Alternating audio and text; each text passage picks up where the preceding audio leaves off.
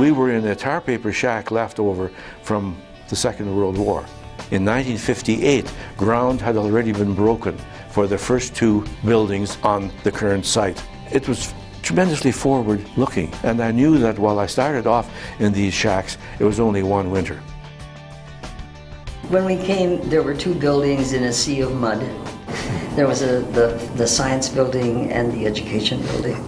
And then there was the library, and then there was the phys ed building. And after that, it was so explosive you couldn't keep track of it. It was amazing. Buildings just went up like mushrooms.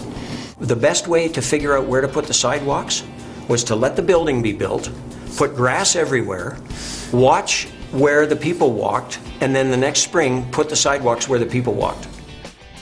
We started being the University of Alberta in Calgary.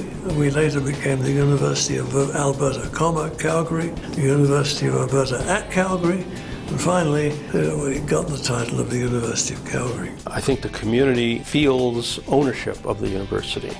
I think that's a very good thing. It was the community that fought for this, and it was a community initiative that started out of education. The spirit of entrepreneurship, which pervades much of Alberta culture, is very strong here at the U of C, and I found that from the very beginning. In 1983, the Canadian Association of Petroleum Landmen came and said we want to have landmen trained in Canadian oil and gas as contrasted to going to Oklahoma or someplace else in the U.S. because the systems are different. This was the university's first externally funded program. So we had things that we started in 1983, 84, 85.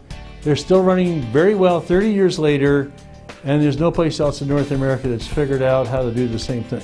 We created the very first Women in Engineering committee in the country, and we now have more women faculty than any other faculty in the country. When I started, we had two. One was a young, untenured woman called Elizabeth Cannon. I was going to be here for 1 year and look for a better job. And I enjoyed it so much that I remember coming home and telling my wife one time, you know, these people are mad. If they only knew I'd do this job for free, they wouldn't have to pay me.